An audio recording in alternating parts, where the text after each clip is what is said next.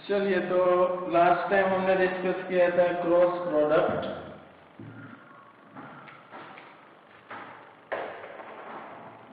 And application of cross product, जिसमें हमने देखा क्रॉस प्रोडक्ट का डेफिनेशन क्या होता है, ए क्रॉस बी कितना होता है, फिर A cross B and magnitude of A cross B के बीच में क्या डिफरेंस है वो देखा। ठीक है, और सबसे इंपॉर्टेंट बात अभी भी मैं आपको बता रहा हूँ कि हमने ये सीखा है कि A cross B is the vector, it is perpendicular to both the vectors A and B. It means कभी भी लाइफ में आपको दो वेक्टर दिए हैं और दोनों को परपेंडिकुलर तीसरा वेक्टर निकालना है, तो दोनों को परपेंडिकुलर हो, तब आपको दोनों का क्रॉस प्रोडक्ट लेना चाहिए। अगर दोनों को परपेंडिकुलर यूनिट वेक्टर निकालना है तो फिर क्रॉस प्रोडक्ट करके उसके मैग्नीट्यूड से डिवाइड करना चाहिए। क्लियर? उसके बाद हमने देखा कि जो दो वेक्टर है वो दोनों को परपेंडिकुलर है, ऐसे दो वेक्टर ऑलवेज मिलेंगे, ऊपर की तरफ है नीचे। क्लियर?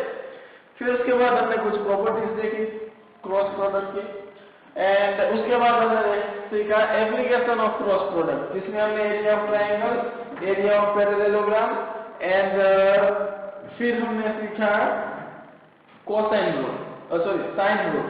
कोसाइन रूल हमने डॉट प्रोडक्ट में सीखा था, अभी क्रॉस प्रोडक्ट में हमें सीखा डेरिवेशन ऑफ साइन रूल। फिर उसके बाद मैंने आपको एक जेडब्ल्यू का क्वेश्चन दिया था और आपने सॉल्व किया होगा, और नहीं किया है तो एक बार फिर से आपको चांस देता हूँ, आप कर लेंगे, क्योंकि आज हमारे पास टाइम नहीं है, हमें नेक्स्ट एक्सरसाइज करनी है। ठीक है, फिर इसके लास्ट में अगर टाइम मिलेगा तो वहां पे करेंगे, या फिर नेक्स्ट टाइम वो क्वेश्चन सॉल्व कर लेंगे। So let's start with the exercise 10.4 of vector algebra.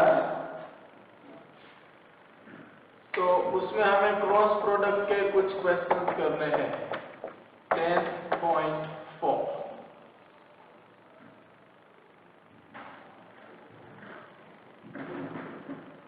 अगर हम बात करें फर्स्ट क्वेश्चन की, तो यहाँ पे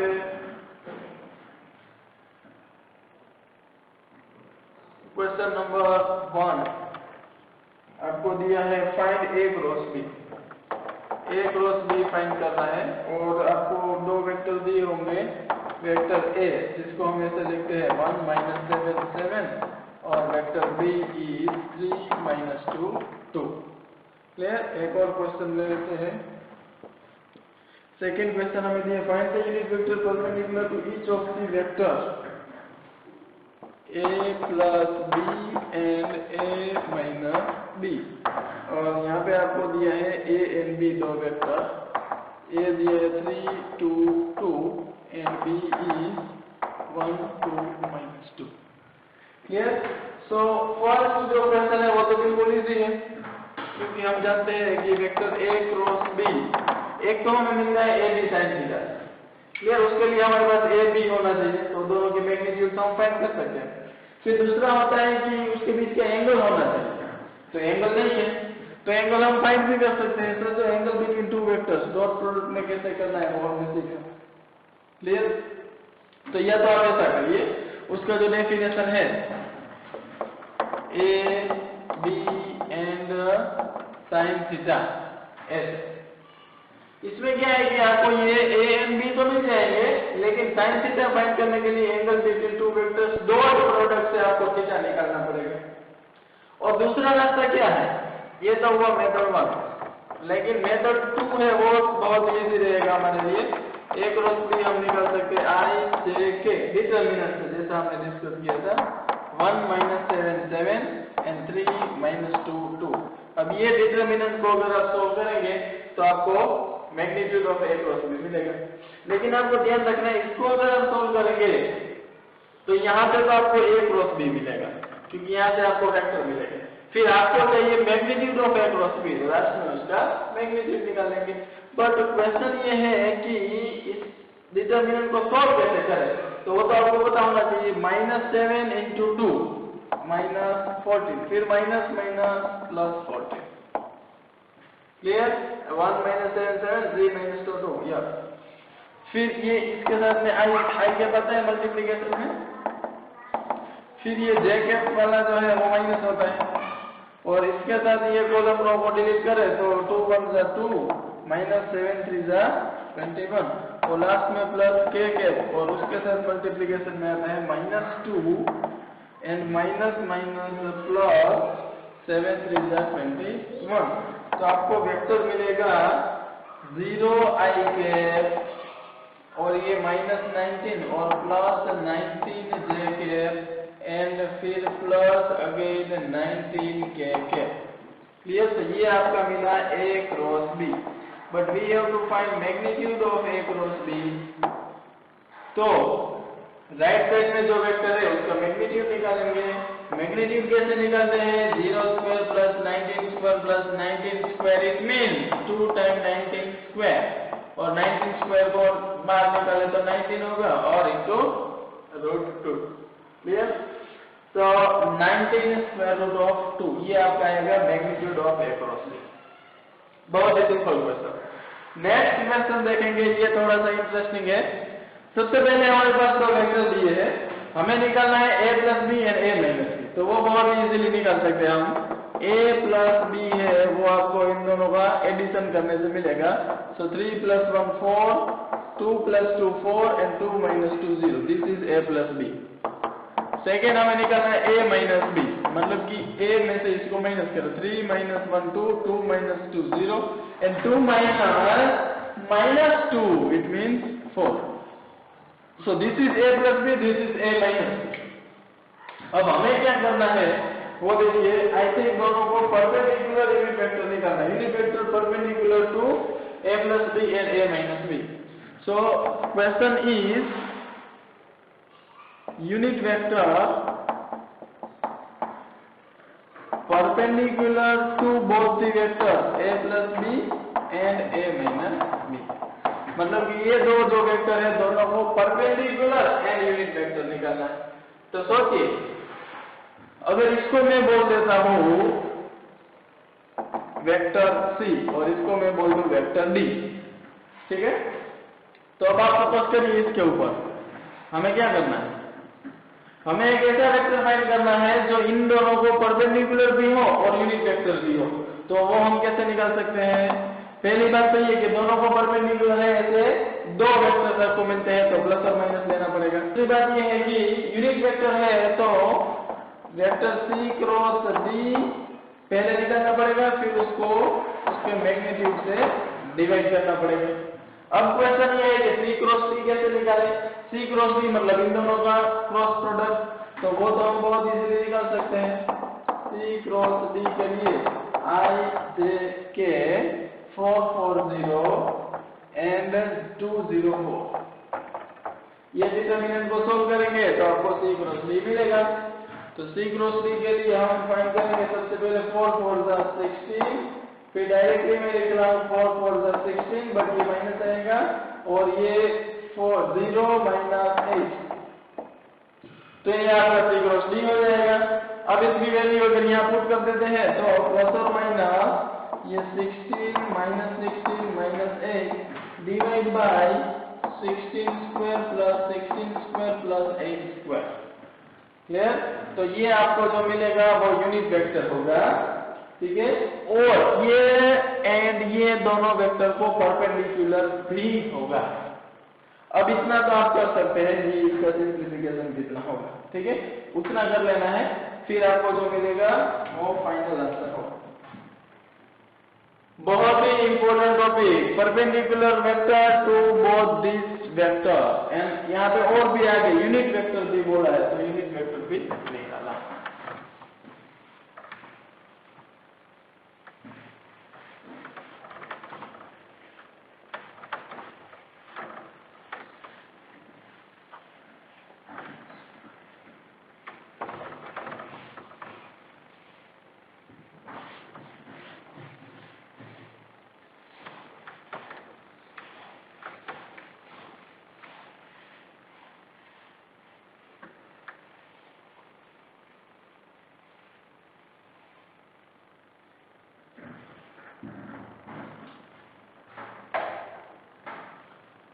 चलिए फिर नेक्स्ट क्वेश्चन अगर देखें हम, तो ये थर्ड में एक आपको यूनिट वेक्टर दिया है ए,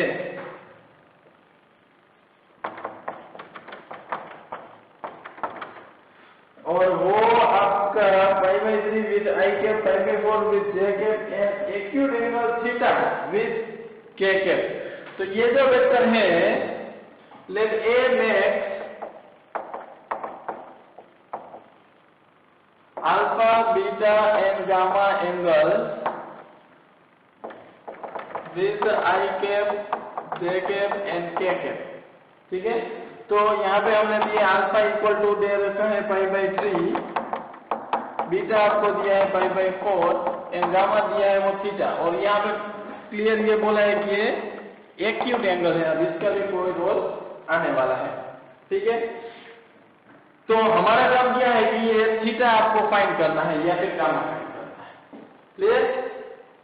तो हमने कहीं पे ऐसा सीखा था इंट्रोडक्शन ऑफ वेक्टर्स में, direction cosine, direction angle and direction ratio. उसमें डायरेक्शन एंगल जो अल्फा बीटा गामा क्या होते थे, अगर कोई vector X Y Z axis के साथ अल्फा बीटा गामा एंगल बनाते हैं तो उसको हम डायरेक्शन एंगल्स बोलते थे। So right now alpha beta and gamma are direction angle, तो वो भी लिख लेते हैं, या alpha beta gamma are direction angle. और if alpha beta gamma direction angle, so we can say that cos square alpha plus cos square beta plus cos square gamma equal to 1। ये भी मैंने आपको नोट करवाया था। इसके साथ साथ दो और क्वेश्चन भी हमने किए थे, sin square beta plus sin square gamma क्या होता है, और cos 2 alpha plus cos 2 beta plus cos 2 gamma क्या होता है। क्लियर? अब सारी वैल्यू पुट कर देते हैं, तो ये हो जाएगा cos square π/3 plus cos square π/4 plus cos square, ये तो हमें फाइंड करना है, गामा मतलब थीटा। सो cos π/3 1/2 होता है, लेकिन उसका स्क्वायर करेंगे तो 1/4 हो जाएगा। ये 1/√2 होता है, लेकिन उसका स्क्वायर 1/2 होगा, plus cos square theta equal to 1। So cos square theta equal to 1 minus 1/2 minus 1/4, so LCM आ जाएगा 4, और ये आ जाएगा 4 माइनस 2 माइनस 1, इट मीन्स 1/4। ये तो हमें मिला cos स्क्वायर थीटा।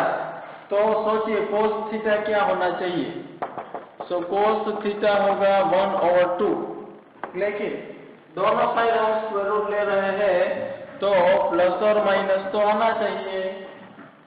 सोचिए, अब यहाँ पे बहुत ही इंपॉर्टेंट बात आती है, ये क्वेश्चन के लिए इतनी जरूरी नहीं है cos थीटा इक्वल टू 1/2 होगा या cos थीटा इक्वल टू -1/2 होगा, लेकिन समझने के लिए ये बहुत जरूरी है। फिर क्या, अगर आपके सामने cos थीटा इक्वल टू 1/2 आए तो आप डायरेक्टली लिख देंगे थीटा इक्वल टू π/3। क्लियर? सोचिए, इसके अलावा कुछ और हो सकता है, तो मैं एक बार के लिए आपको दिखा देता हूं कि ये जो π/3 एंगल है, यहाँ पे cos है वो 1/2 होता है। ठीक है, इधर जो है वो तो नेगेटिव होता है, तो ये नहीं आएगा, ये भी नेगेटिव होता है, लेकिन ये -π/3 अगर आप करें तो cos -π/3 भी 1/2 होता है। तो क्या हम थीटा इक्वल टू -π/3 लिख सकते हैं? सोचिए, नहीं लिख सकते, बिकॉज जो थीटा है वो सिर्फ 0 to π में ही होना चाहिए, because this is angle between two vectors, और वैसे भी ये एक्यूट एंगल है, एक्यूट एंगल 0 to 90 में आता है। क्लियर? दूसरी बात, अगर -1/2 हम लेते हैं तो क्या होगा, तो जैसे कि ये दो पॉसिबिलिटी है, तो फिर दो पॉसिबिलिटी बनती है, π माइनस π/3 और π प्लस π/3। क्लियर? तो अब अगर देखेंगे तो यहाँ से आपको थीटा मिलेगा 2π/3 और यहाँ से आपको मिलेगा 4π/3, लेकिन ये दोनों ही एंगल एक्यूट एंगल नहीं है। That's why our final answer is theta equal to π/2। वैसे ये इतना जरूरी नहीं था, सिर्फ एक्यूट एंगल यहाँ है तो डायरेक्टली आप ये एक जो केस माइनस वाला है वो हटा के डायरेक्ट इतना कैलकुलेशन कर सकते हैं, ये सब करने की भी कोई जरूरत नहीं। क्लियर? तो यहाँ से एक और आगे दूसरा क्वेश्चन भी है, एक तो एक्यूट एंगल थीटा फाइंड करो, ए hence the component of a। तो अब आपके पास देखिए वेक्टर a जो था ना वो इस तरीके से होता है, cos alpha cos beta cos gamma, क्योंकि ये यूनिट वेक्टर है इसलिए। अब cos अल्फा तो आपके पास अल्फा बीटा तो पहले से थे, तो वो यहाँ से π/3 से हमारे पास आ गया था 1/2, ये 1/√2 आ गया, और अब ये जो थीटा है मतलब गामा है वो हमें मिला π/3 और अगेन वो होगा 1/2। ठीक है, तो अब यहाँ से कंपोनेंट लिखने हैं अगर, तो वैसे दो टाइप के कंपोनेंट हम लिख सकते हैं, स्केलर कंपोनेंट, और वो होंगे 1/2, 1/√2 एंड 1/2, और दूसरा है वेक्टर कंपोनेंट। वेक्टर कंपोनेंट होते हैं 1/2 i cap, 1/√2 j cap and 1/2 k cap. These are scalar components and these are vector components।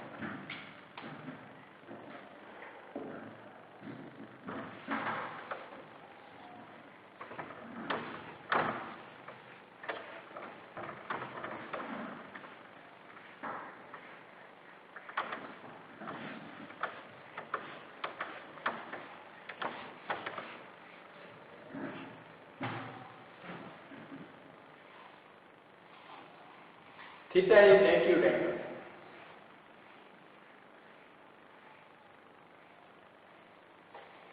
Theta is acute angle, ये की वर्ड था इस क्वेश्चन का। अगर ये वर्ड हटा देते हैं तो आंसर में कुछ चेंजेस हो सकते हैं।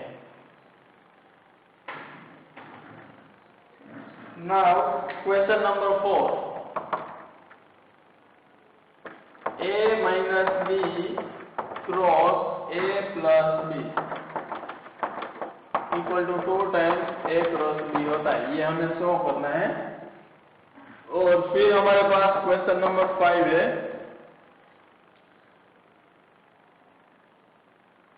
लेमड़ा एंड म्यू हमें फाइंड करने हैं, और दिया है 2, 6, 27 क्रॉस 1 लेमड़ा म्यू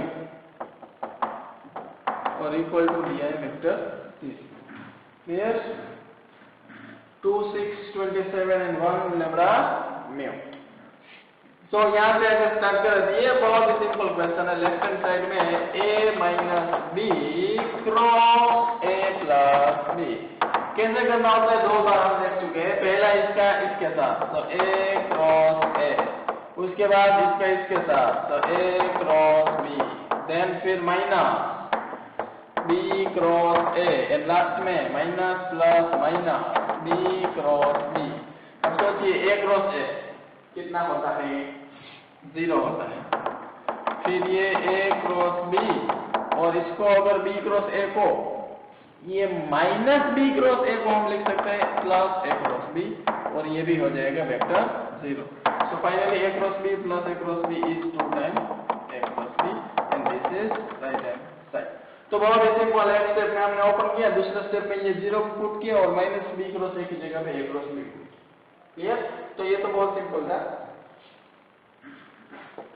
अब ये जो है इससे भी simple, cross product of two vectors कैसे निकालना होता है, i j k 2, 6, 27 1 lambda and mu, ये डिटर्मिनेंट, और राइट हैंड साइड में आपको दिया है 0 0 0, क्योंकि 0 वेक्टर है।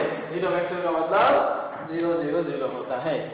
अब इसमें भी देखिए आई कैप के साथ क्या आएगा, 6 म्यू माइनस 27 लेमड़ा, फिर माइनस जे कैप के साथ आएगा 2 लेमड़ा 2 म्यू माइनस 27, और प्लस के कैप के साथ आएगा 2 लेमड़ा माइनस 6, और इक्वल टू आपको दिया 0 0 0। अब ये x component, y component, z component, और राइट साइड में भी x component, y component, z component 0 0 0 दिया है। सो इक्वालिटी ऑफ वेक्टर से अगर देखेंगे तो 6 म्यू माइनस 27 लेमड़ा ये x कंपोनेंट के साथ इक्वेट होगा, फिर 2 म्यू माइनस 27 ये y कंपोनेंट के साथ, और 2 लेमड़ा माइनस 6 ये z कंपोनेंट के साथ। तो डायरेक्टली लेमड़ा इक्वल टू 6/2, तो लेमड़ा इक्वल टू 3, ये मिला यहाँ से और यहाँ से 2 mu equal to 27, so mu equal to 27/2। तो दूसरी वैल्यू लेनी हमें यहाँ से, इसकी कोई जरूरत नहीं पड़ेगी। क्लियर? तो बहुत ही सिंपल, दो वेक्टर का क्रॉस प्रोडक्ट डिटरमिनेंट से फाइंड किया और जीरो वेक्टर के साथ कंपेयर किया, तो हमें म्यू एंड लैम्डा मिल गया। Clear?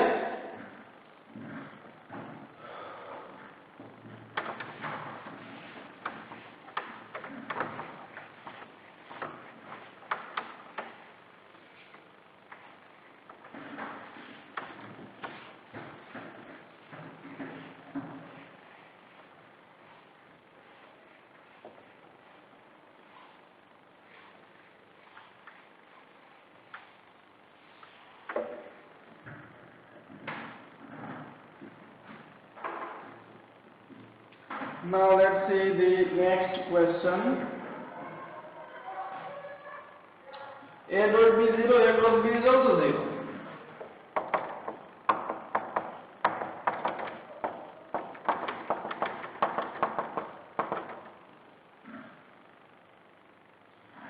What can you conclude about the vectors A and B?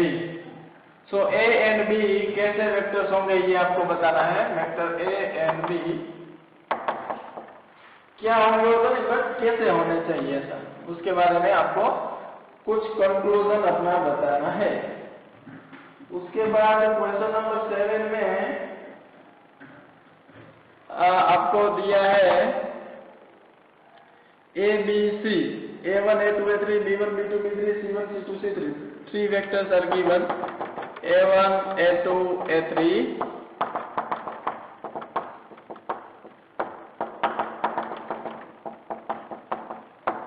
and so that A cross B plus C equal to A cross B plus A cross C। तो देखते हैं, सबसे पहली बात, सबसे important बात, ये 0 है और ये वेक्टर 0 है। सोचिए ऐसा कि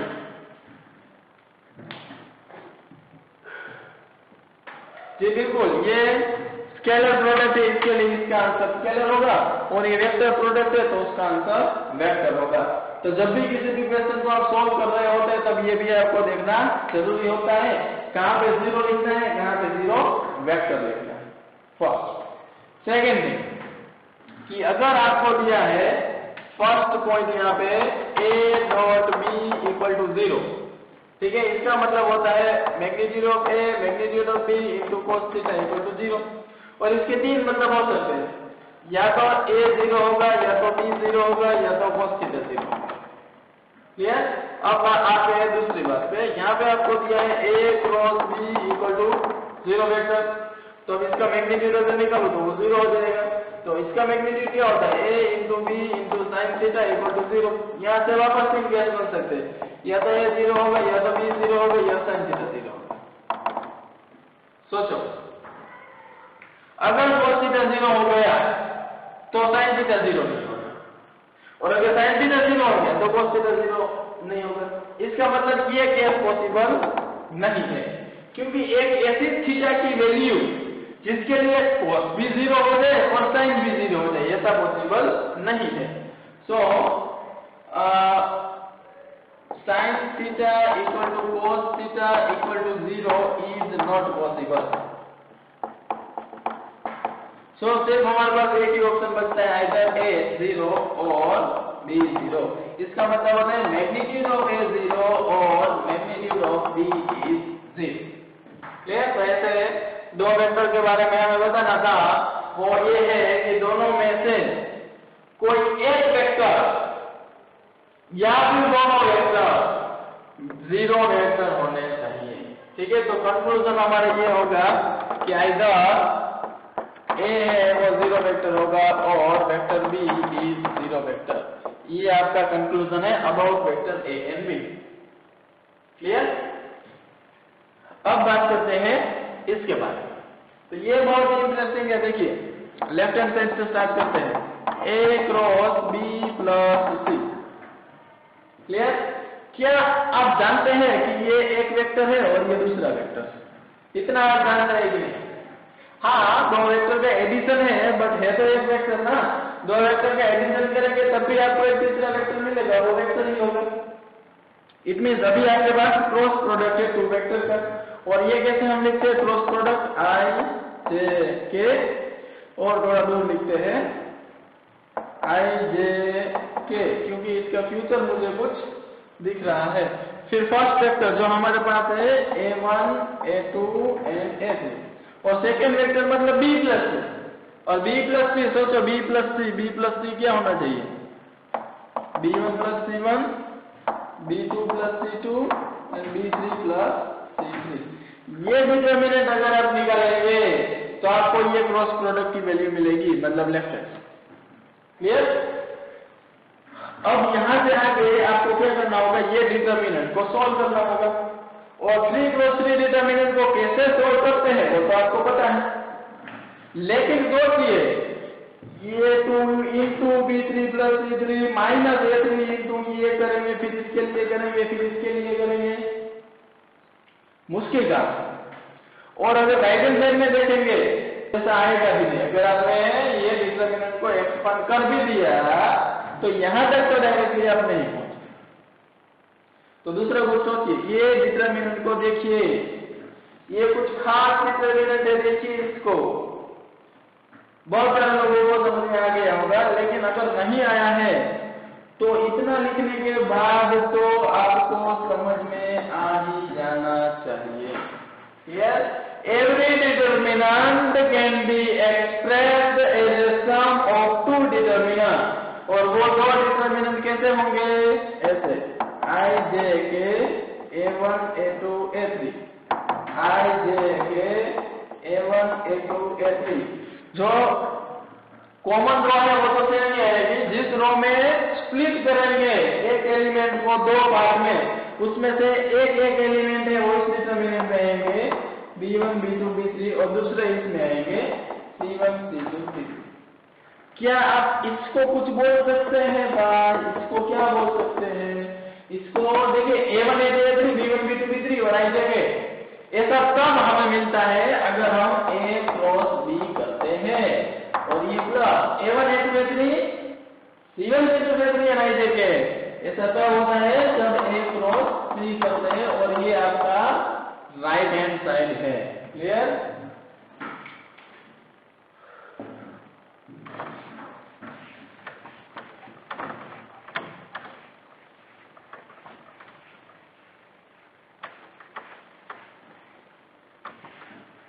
ये यहां से ये स्टेप बहुत इंपॉर्टेंट। और यहां से ये जो है ना लास्ट स्टेप, वहां से तो हम ऐसा जनरली लिखते हैं, लेकिन ये फर्स्ट टाइम हमने यहां से ऐसा लिखा है। क्लियर? ये भी ध्यान देना आप।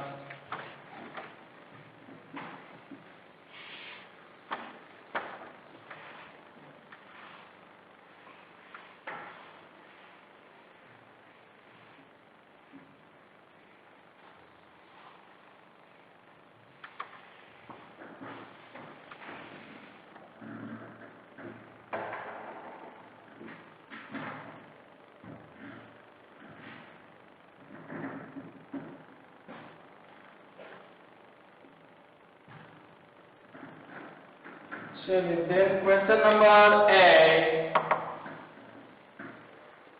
Either A is 0 or vector B is 0। अगर ऐसा है तो फिर A क्रॉस B 0 होता है। लेकिन क्या इसका कन्वर्स मतलब इसका उल्टा ट्रू है? Justify your answer with an example. फिर हम देखेंगे question number 9। Find the area of triangle A112 B235 C155 और एरिया ऑफ ट्रायंगल फाइंड करना है। और हमारे पास टोटल कितने क्वेश्चन है? 5, बस लास्ट 3 क्वेश्चन। तो अगर A 0 है या B 0 है तो क्या होगा, जनरली ए क्रॉस बी में क्या होता था, ए क्रॉस बी में आई जे के A1 A2 A3 B1 B2 B3 ऐसा होता है।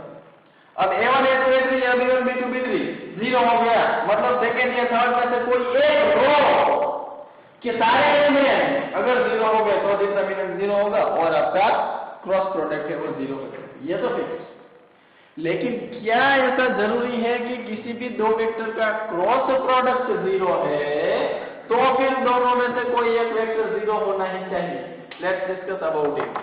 Here vector A cross B equal to zero ये दे दिया है, फिर हमें चेक करना है क्या ऐसा होता है कि नहीं। तो इसका मतलब होता है दोनों का मैग्नीट्यूड जीरो होगा, लेफ्ट हैंड साइड में magnitude of A cross B और ये मैग्नीट्यूड ऑफ जीरो, और ये होता है A B sin थीटा और ये होगा zero. It means either A zero और B जीरो और sin थीटा इज जीरो। इसका मतलब कि अगर ये जीरो है तो सिर्फ इतना नहीं, इसमें से कुछ भी होगा, A जीरो होगा तो भी ये जीरो होगा, B जीरो होगा तो भी ये जीरो होगा, लेकिन अगर sin थीटा जीरो होगा तो भी ये जीरो हो जाएगा। अब ध्यान से सुनना, either A is zero or B is zero, then A cross B is zero. But if A cross B is zero, then A is zero or B is zero. सिर्फ इतना ही नहीं है, अगर sin थीटा जीरो हुआ, it means angle between two vector zero हो गया, theta equal to zero और theta equal to पाई, तब भी दोनों का क्रॉस प्रोडक्ट जीरो होगा। मतलब इसका कन्वर्स ट्रू नहीं है, मतलब कि A क्रॉस B अगर जीरो है तो इधर A जीरो होगा और B जीरो होगा, ऐसा जरूरी नहीं है। अगर sin थीटा जीरो होगा तो भी क्रॉस प्रोडक्ट जीरो ही होगा। देखिए example, for vector 1 2 3 and vector B 2 3 4। अब देखिए कोई भी वेक्टर है वो जीरो वेक्टर तो नहीं है ना, फिर भी इसका cross product A cross B क्या आता है भाई, जे के 1 2 3 एंड 2 3 4 नहीं आना चाहिए भाई, 2 4 6 आना चाहिए।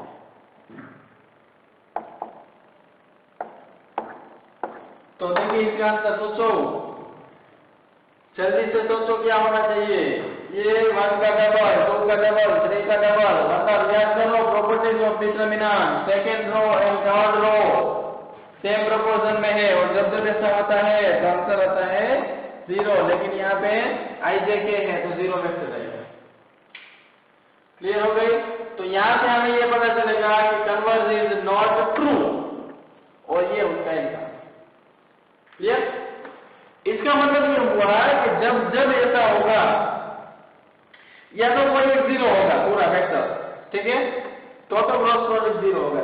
लेकिन इसके अलावा भी कुछ है, अगर दो कोलिनियर वेक्टर है, अगर दो पैरेलल वेक्टर है, अगर दो लाइक वेक्टर है, अगर दो अनलाइक वेक्टर है, तो ये सारे केसेस में cross product of that two vectors are always zero.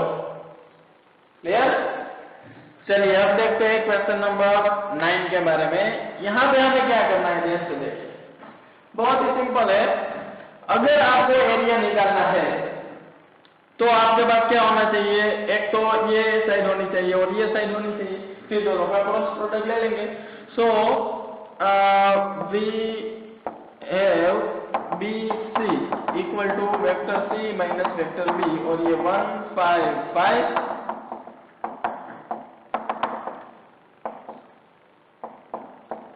और दूसरा हमें चाहिए बी ए ये होगा vector A minus vector B. Vector A हमारे पास है 1 1 2 माइनस वेक्टर बी है 2 3 5।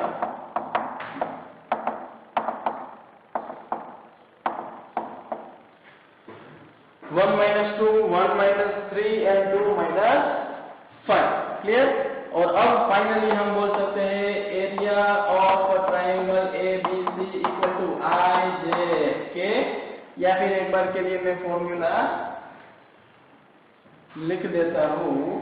ये होता है 1/2 into B C cross B A, cross product of two adjacent side, और उसका हाफ यह होता है एरिया ऑफ ट्राइंगल। और यहाँ पे आपके सामने आएगा 1/2 आई जे हमें मिला है -1 2 एंड 0 और फिर है बी ए हमारे पास है -1 -2 -3 और अब ये डिटरमिनेंट को आप सॉल्व करेंगे फिर उसको 2 से डिवाइड करेंगे उसके बाद अगर आपका नेगेटिव है तो उसको नहीं पहले ये तो आपने एक गड़बड़ कर दिया इधर हमें क्योंकि ऐसा करेंगे तो आपको वेक्टर के फॉर्म में आंसर मिलेगा। अभी पहले हमें क्या निकालना पड़ेगा दिस इज इक्वेशन 1।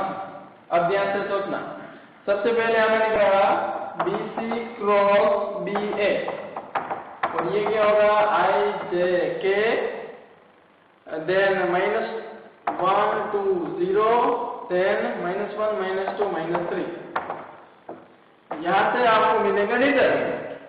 तो आप बोलोगे ऐसा तो यहाँ पे भी किया था तो उसमें क्या गलत था उसमें गलत ये था कि यहाँ पे जो आपको वेक्टर मिलेगा उसका फिर आपको मैग्नीट्यूड निकालना पड़ेगा। BC क्रॉस BA जो आपने फाइंड किया है उसका मैग्नीट्यूड निकालेंगे और फिर उसकी वैल्यू आप इक्वेशन 1 में रखेंगे फिर इसको 2 से डिवाइड करेंगे तब आपका आंसर मिलेगा। Clear?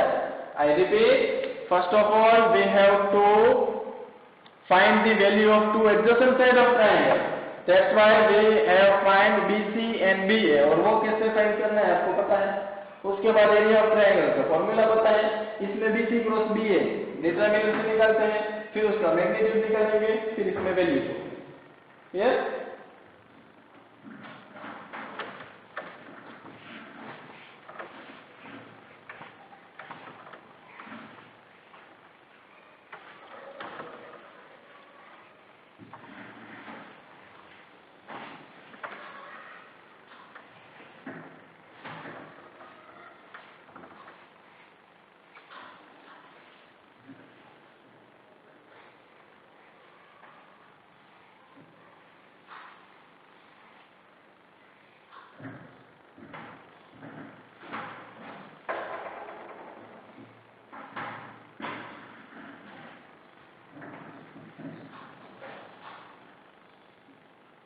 Now question number 10. Find the area of parallelogram whose adjacent side are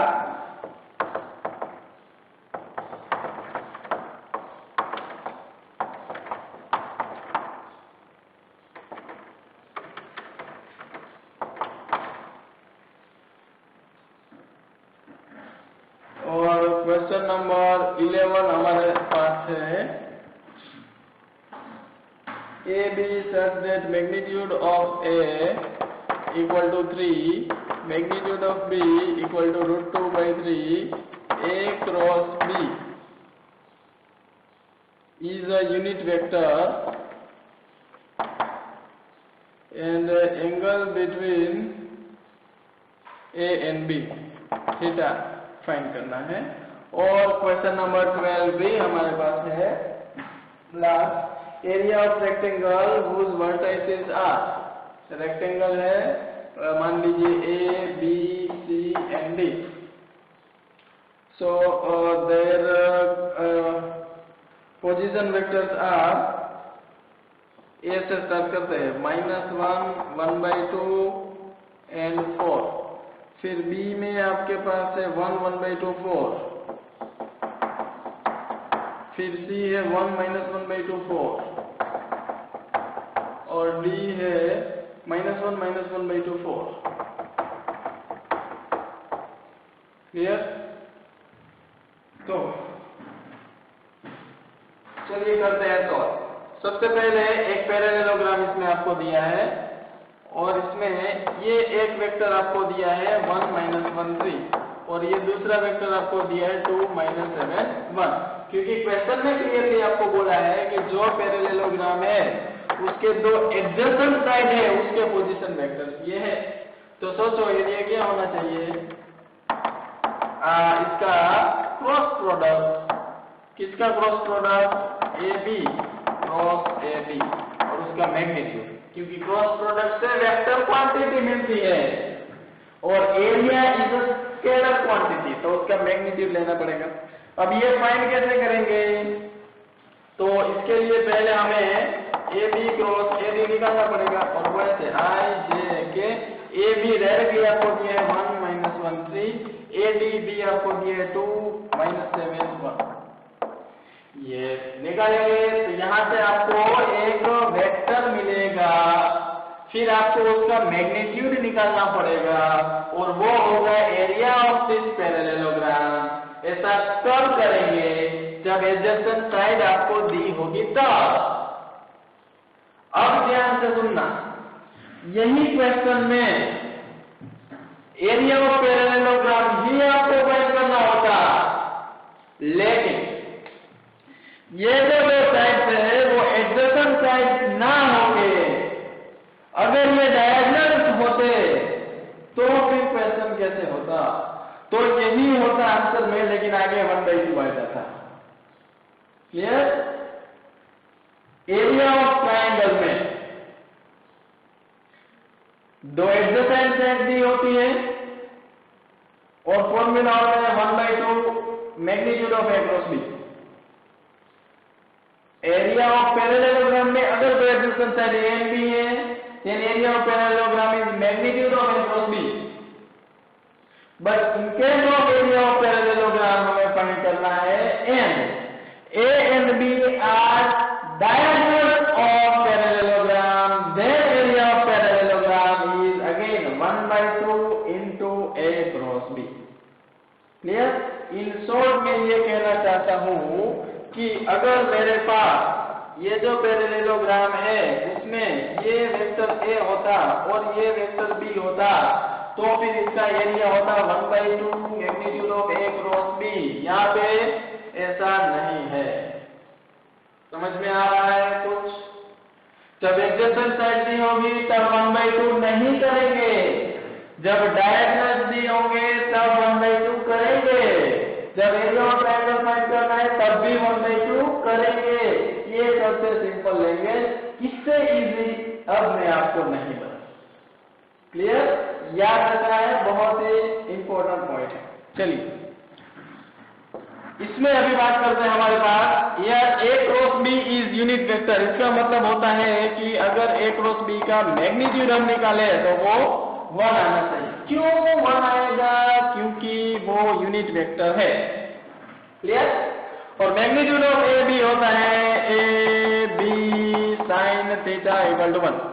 A B दोनों का मैग्नीट्यूड दिया है 3√2/3 साइन थीटा, तो हमें फाइंड करना है। ये कैंसिल हो जाएगा, √2 उधर आ जाएगा, साइन थीटा इक्वल टू 1/√2 तब होता है जब थीटा 5/4 या 45 डिग्री हो। क्लियर? लास्ट क्वेश्चन देख लेते हैं। तो रेक्टेंगल इज ऑल्सो पैरेललोग्राम, तो कितने तरीके से कर सकते हैं वो बताओ। मेथड 1, आप इसमें कर सकते हैं area equal to BC cross BA, इसका मैग्नीट्यूड निकालेंगे तो वो एरिया होगा। मेथड 2, आप निकालेंगे 1/2 into magnitude of BD cross AC या CA, तब भी आपको एरिया ऑफ दिस रेक्टेंगल मिलेगा। और थर्ड एंड सबसे easy method, area equal to length into height in case of rectangle. और लेंथ इसका अगर देखें तो BC है, तो वेक्टर BC निकालेंगे, उसका मैग्नीट्यूड निकालेंगे, इंटू हाइट है वेक्टर AB का मैग्नीट्यूड, तो वेक्टर AB निकालेंगे, उसका मैग्नीट्यूड निकालेंगे। अब वेक्टर BC क्या होता है भाई? वो C माइनस B होता है, और C हमारे पास है 1 माइनस 1/2 4 और B है 1 1/2 4, और इसको इसमें से अगर माइनस करें तो 0 माइनस 1/2 माइनस 1/2 माइनस 1 4 माइनस 4 0, और इसका मैग्नीट्यूड अगर हम फाइंड करेंगे तो वो आएगा 1। क्लियर? सिमिलरली अगर मैं फाइंड करूं वेक्टर AB,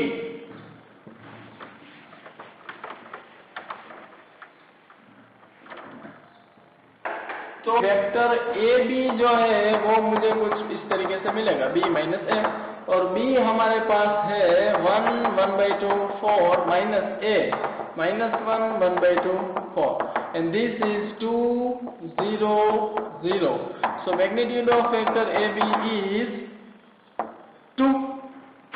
क्लियर? कैसे निकालते हैं ये? ऐसे 2 square plus 0 square plus 0 square it is 2। Clear? और फाइनली फ्रॉम मेथड 3 अगर हम देखें तो एरिया होना चाहिए लेंथ, मतलब कि A B length into height, height into length B सी।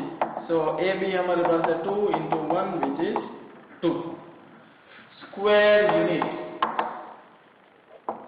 तो इतना आपके पास एरिया ऑफ रेक्टेंगल आना चाहिए। क्लियर? तो यहां से हमारा जो क्रॉस प्रोडक्ट का एक्सरसाइज है वो कंप्लीट होता है। और अब हमें आगे देखना है वेक्टर में क्या बाकी है।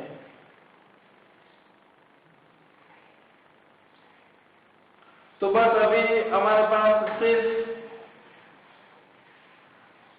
मिसलेनियस एक्सरसाइज बाकी है। अब आपको एक काम करना है, एक मैक्रो वेक्टर अलजेब्रा का वीकली टेस्ट है। आपका काम यह है कि वेक्टर को बहुत अच्छी तरीके से प्रिपेयर करें। इसमें जितने भी एग्जाम्पल्स है उसको आप साथ साथ में सोल्व कर रहे होंगे। जैसे ही कोई भी एक्सरसाइज कंप्लीट हो जाती है उसके बाद वो एक्सरसाइज के पहले जितने भी एग्जाम्पल्स है वो आप सोल्व कर रहे होंगे, ऐसा मेरा मानना है। क्लियर? अगर नहीं कर रहे हैं, कुछ एग्जाम्पल्स बाकी रह गए हैं तो आप सोल्व कर लेंगे।